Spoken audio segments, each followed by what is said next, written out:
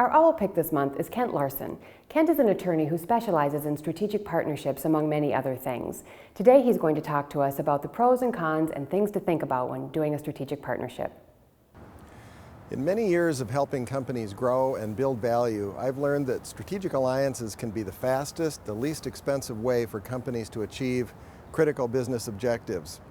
They can be much faster and less costly than internal development. They can fill critical strategic capability gaps. They can help the people leverage key competencies. They can allow companies the opportunity to flatten the learning curve, and they allow parties to focus on what they do best. Alliances involve sharing and collaboration between two companies to achieve complementary goals.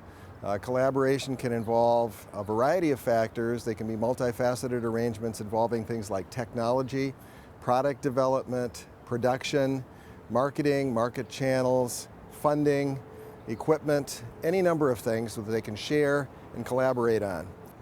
Although alliances can be very successful, they can also be complex. So it's important to be sure that there's good, careful planning and attention to lots of detail. First of all, you have to make sure that there's a clear view of the strategic objectives that the parties are trying to achieve.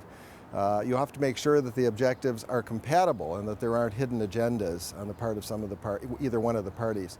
In order to find the right partners, you have to be proactive. You can't just wait for folks to show up on your door.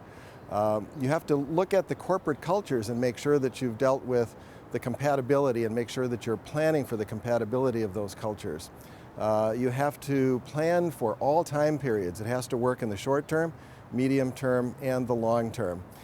You have to have an exit strategy plan for both parties so that at the end of the day, everybody knows what happens and nobody goes away feeling like they've been taken advantage of. You have to plan for what happens to the ownership of the intellectual property. It's like in a marriage, that's the children, and what happens to them at the end of the day. You have to have a top-level commitment, so the CEO and the board have to be on board and understand that this is what you want to be doing. You need clear channels of communication, and you need to have operational control and command with accountability so that everybody knows who's doing what and how it's getting done. So the bottom line is strategic alliances can be a great way to take your company to the next level, but you have to plan and you have to take good care to structure and implement this in a way that works for both parties. Thanks.